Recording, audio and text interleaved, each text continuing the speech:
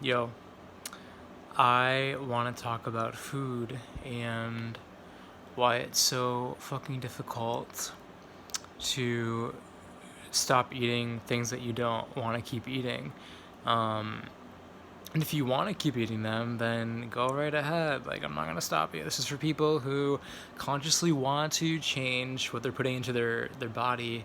Um, because it's something that I've been going through the last couple of days, especially during this isolation, 6 feet away, pandemic thingy, um, coronavirus 19. Um, because there's this isolation and sense of loneliness being brought up in many of us, including myself. So you can notice this pattern within yourself around food, meaning you're eating things, again, that you don't necessarily want to be putting into your body. And a lot of people don't ask themselves why they're doing this. And I find it really fascinating, the why. And the why is because our sense of connection as human beings. We're a species that is interdependent on each other, and need connection. There's been tons of studies done where, with rats, where they they will choose connection over food even. And if you've had a painful breakup, which most of us have had at least one, you'll realize that's true. You can't eat, when you're in that mood of like, my life is over, this person, is no longer in my life. But anyways, a lot of us grew up again with like holidays, Christmas, Thanksgiving, family barbecues where like we were used to consuming at a very young age, like highly processed sugars and fats and tons of sodium. And these foods, very similar to like Pavlov's dogs, were stimulus to receiving connection, especially at family parties, especially again like at holidays, stuff like that, at social gatherings with friends, like rollerblading and stuff. I don't know. That's what I did when I was like in middle school. But again, you have like pizza, and from Buffalo you have wings. And again, like if you're loving these foods and like you live in your life, like keep doing it. This is just for people who want to change. You'll realize that there's such a sense of safety, a sense of connection, a sense of like warmth when you eat these comfort foods.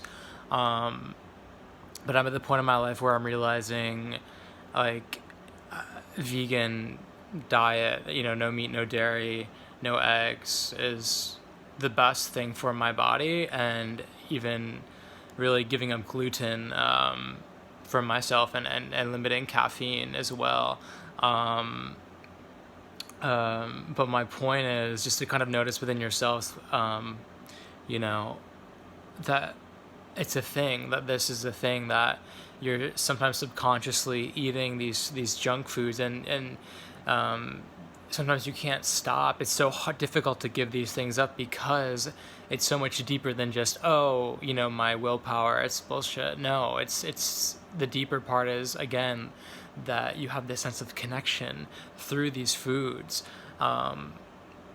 Subconsciously, when you give them up, your body thinks you're giving up the connection. Your body thinks that you're going to be alone, that that you're in danger of not being provided for by others. And this is kind of the subconscious mechanics behind it all. But again, just something I wanted to share because it's been coming up a lot for me recently, like I said, with the whole isolation going on, and 6 feet away, that kind of isolation and lack of human connection is one of the biggest hits on the immune system. So one of our body's natural ways of trying to make up for that is by eating the food that thinks it will get connection and love and belonging and etc. So if you find yourself like getting more fast food recently, you're not alone.